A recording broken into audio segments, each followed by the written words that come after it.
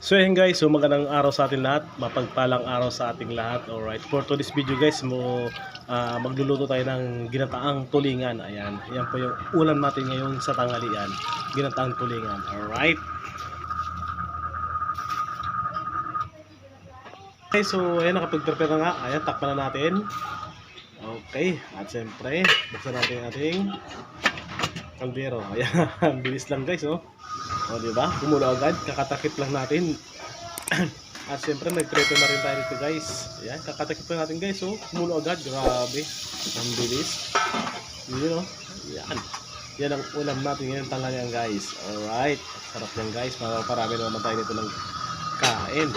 Ayan, oh. Ayan na po yung, yung original na gata guys. Ayan. Yan yung unang tiga. Ayan, yan ang binabayaran guys. Yan, lapit niyan. Yun, oh. Ang sarap yan guys.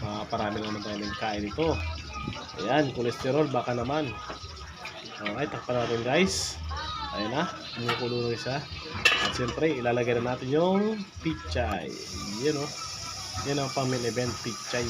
Ayan, siyempre kailangan natin ng gulay para sa ating katawan. At siyempre, samahan natin ng talong. Yan, may talong na guys. At takpan na natin. Alright. So, pag kumulo na yan, on the spot na yan guys. Sure ball na yan. You know. So, luto na guys, oh. Grabe. Kakain na tayo guys. Alright. Yum. Peng. Alright. See you sa mga next vlog natin. Peace out. Subscribe nyo. Paki-subscribe na lang and like. Usually Great TV. Yan, oh. Thank you for watching.